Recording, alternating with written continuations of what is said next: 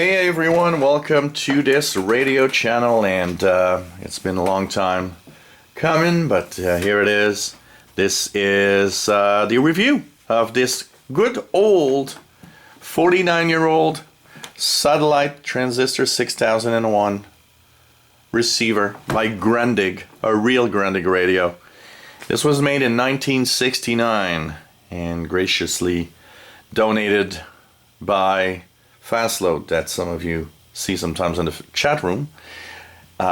So I've been playing a lot with this radio, and I mean a lot, and it is a true work of art. It is an amazing engineering device. I mean, it's really truly what the Germans are known to be, amazing when it comes to time to design and engineer something, and it really is really amazing. So it's also known as the Satellite, Grundig Satellite 210. So it's the same radio. It depends on the market where it was sold. So this was made in 1969 and has several options.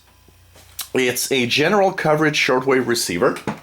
So this receiver covers from the long wave band, continuous up to 30 megahertz, and it has an amazing set of tuning features.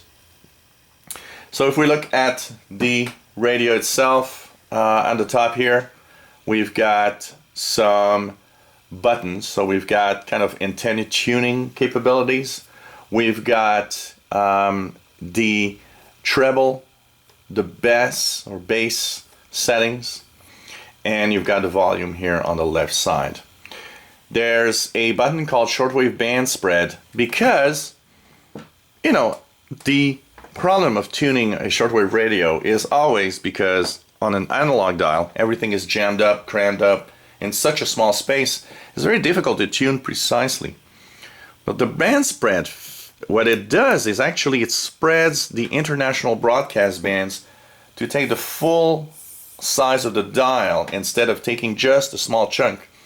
It becomes almost as easy to tune a station on this than having a digital radio, because now it's spread so large that it's almost, you can almost pinpoint to the nearest 5 kilohertz the station you're listening to. It's as amazing as that.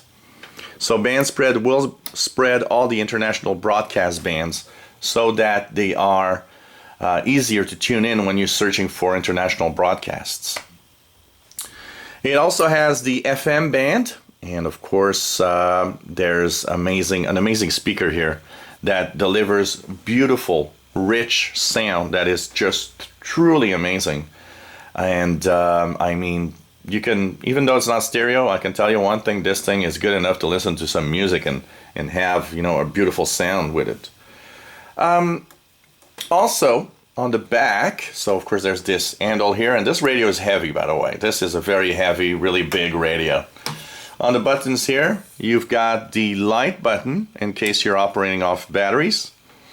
You have also around here a button for the input. This is lets you actually input if you wish to have a record player, for example. It accepts a phono in, so you can actually have a record player in here and play music through this. Then you've got the long wave button for listening to long wave, medium wave or AM band, the shortwave 1 band, which is in here, so it's spread in the first part here. And then you've got the different shortwave bands that are the upper part of the bands, and they are here, and they're selected with a button that is up here in the side. So this thing actually slides in or out. So basically you can then tune the different bands in here that are in here. So when you turn around, when you actually have 49, 11 meter band, 13, 16, 19, 25, 31, and 41 and 49 meter bands. And of course with the band spread, you can actually have it larger. But what's cool is that when you have out-of-band stations, so for example, you want to try a 5850 WRMI, Of course, on the band spread, it's out of range because the international broadcast bands officially were smaller back then, and there was not that many out-of-band stations. So basically what happens is that you can actually just remove the band spread, and because now it becomes a general coverage receiver, you can tune in anything. You can tune in the CB band if you want.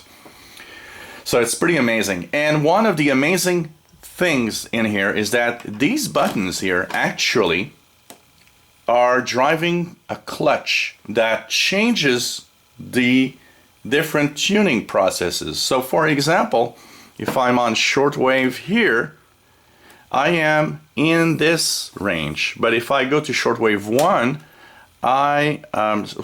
shortwave 2 to 5, okay, we're here. This is where I'm tuning. Shortwave 1, I'm tuning here. And it's inside a little kind of a metal wire that just moves the clutch to just change wherever I need to tune. So, for example, if I change FM here, when I turn the button here, you are actually having this needle move. But if I choose the shortwave 1 band, now this is where it's moving. So it's shifting kind of the gears, if you want, to change that. Same thing, the international broadcast bands that you actually choose with this button on the side actually activate a set of, it's kind of a rotating drum with metal connectors, and as you turn that, the connectors actually make contact with different parts of the tuning of the rolling drum, if you want, and actually activates the different international broadcast bands you're listening to. Truly an amazing thing. Very complex radio. I can tell you one thing, this thing breaks, you will honestly choose carefully who will open this to fix it, because it's a very complex radio. It's mechanically very complex.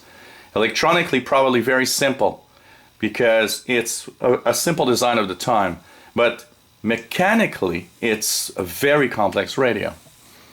Then on the front side, on the top, okay, FM, then you have the antenna selector if you have an outboard antenna. On the front side, of course, the frequency panels. You've got tuning button here for FM and for long wave, shortwave 1 and AM. You've got a little kind of a fine tuning button. It works for shortwave 1, and the reason they added that is because I told you that the band spread was cool for the international broadcast bands.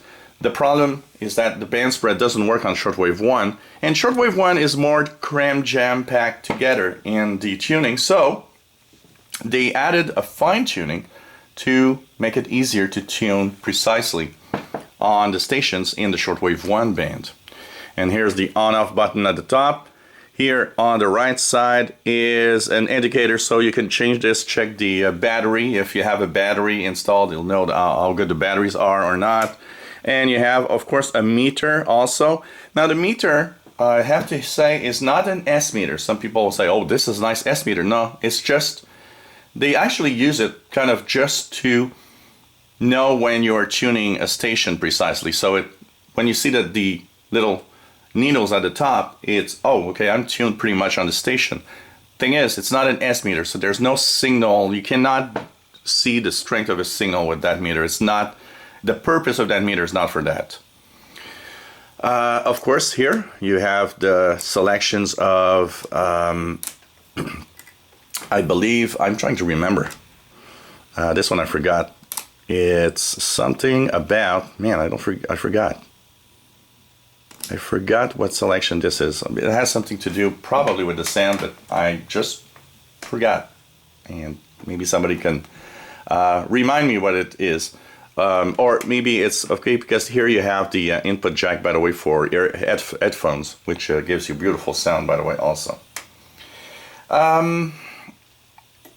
Now, if we look at the back side, so it's pretty much drab panel, but this panel opens up with a single little screw that you can remove here. There were 2 screws, but now there's 1.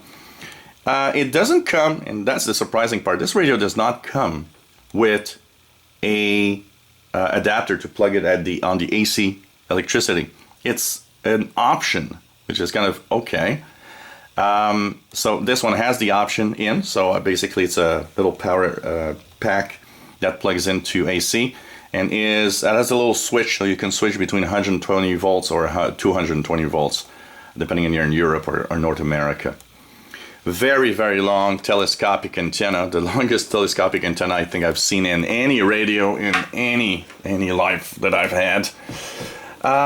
Performance-wise, okay, it doesn't have single sideband, but inside, capability for single sideband module exists. So there's a single sideband module that can be added to this thing. Now you might think a radio from 1969, oh well, single sideband, that must drift like really a lot.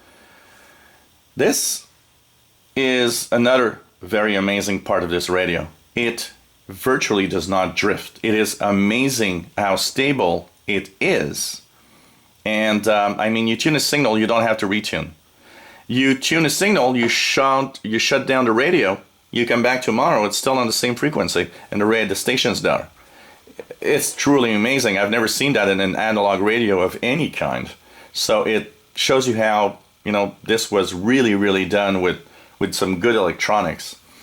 Despite the fact that it's 49 years old, it is pretty well calibrated on the frequencies, slightly off, but very little. And it is amazing for that, because, you know, radios of this age, usually when they get to 50 years, it's sometimes it's a problem.